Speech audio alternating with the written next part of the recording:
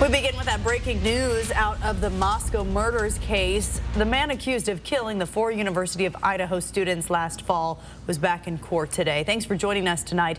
I'm Kirsten O'Connor. And I'm Aaron Luna. Now that the death penalty is on the table, the defense says the state needs to hand over more detailed information, especially about how investigators came to target Bryan Kohberger as a suspect. 4 News Now's Natalie Grant was in court today and is live at the home in Moscow where crews were removing more of the victim's personal items today. Natalie.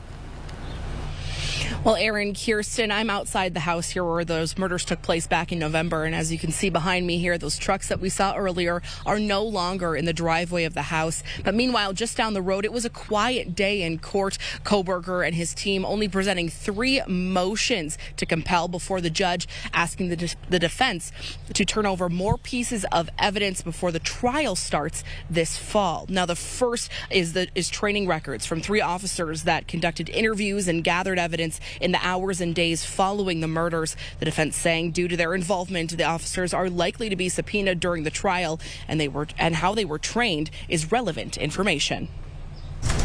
These 3 officers are officers that have each conducted critical interviews with critical witnesses in a case, made decisions about the interviews, made decisions about evidence, and conducted other kinds of investigations.